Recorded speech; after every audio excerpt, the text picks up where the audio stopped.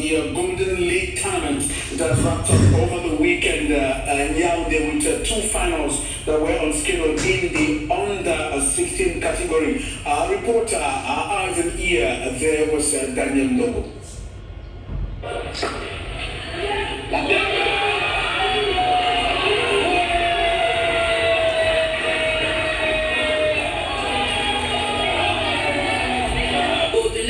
Le sport, ce sont bien plus que des valeurs sportives qui sont dégagées ici au centre sportif de la Golden Lion Association, des qualités de la fraternité, l'inclusion sans distinction de classe sociale, de sexe ni de couleur de peau. Le tournoi Golden League Dream se referme au bout de deux finales jonchées de spectacles.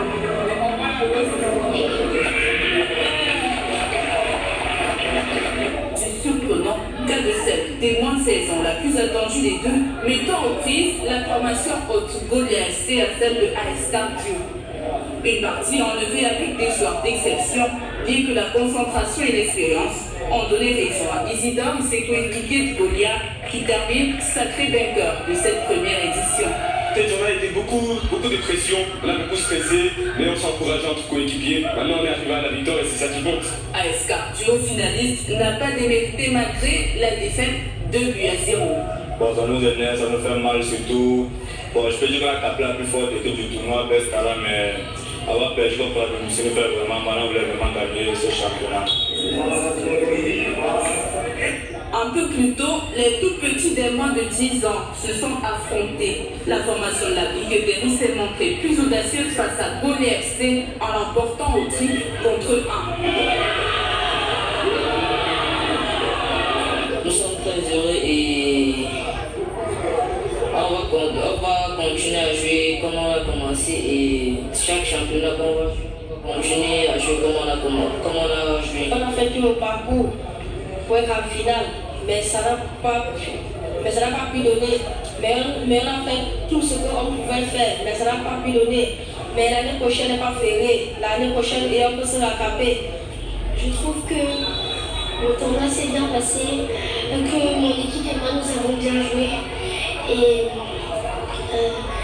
et que on a eu l'esprit d'équipe. L'acte 1 de la Gaulière Dream League 2025, c'est un bilan positif avec une carrière de formation participante, des valeurs transmises et des talents découverts. Alors la seule fille justement de l'équipe masculine de U15, U18, c'est ma fille effectivement. Alors j'étais agréablement surprise. C'est vrai que j'avais souvent les feedbacks du coach qui me disait qu'elle s'améliorait et j'ai pu découvrir une fille qui arrive à vraiment trouver sa place parmi les garçons et ça fait plaisir déjà de voir la technicité, donc la qualité en fait des cours qui sont dispensés au niveau des enfants. Elle n'avait jamais joué au foot avant.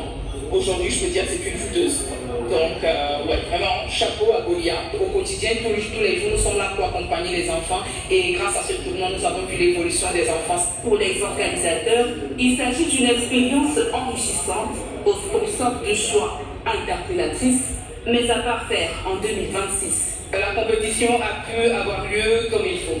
Donc aujourd'hui, nous sommes contents et nous espérons que dans les prochaines éditions, on aura plus d'équipes, que la plupart des autres clubs nous suivront et qu'on pourra faire des grands tournois avec toutes les équipes camerounaises. Satisfait. Comme je le disais la semaine dernière, l'objectif était l'inclusion, la mixité. On dit ici généralement les blancs, les locaux.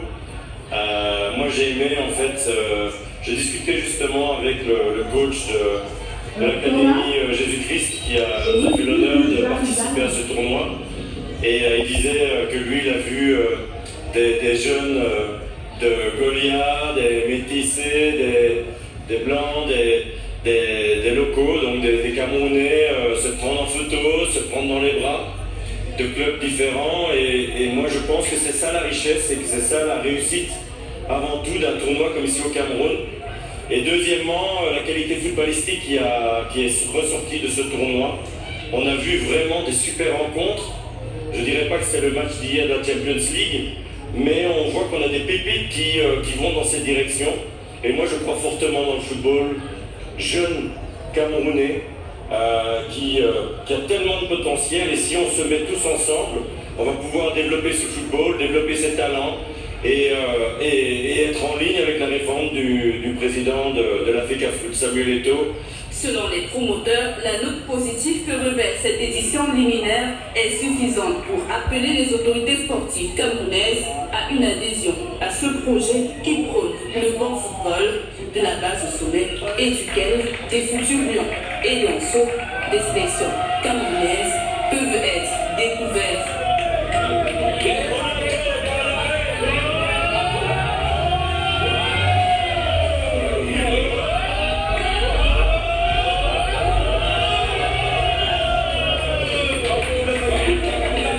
À l'année prochaine, certainement pour une autre édition.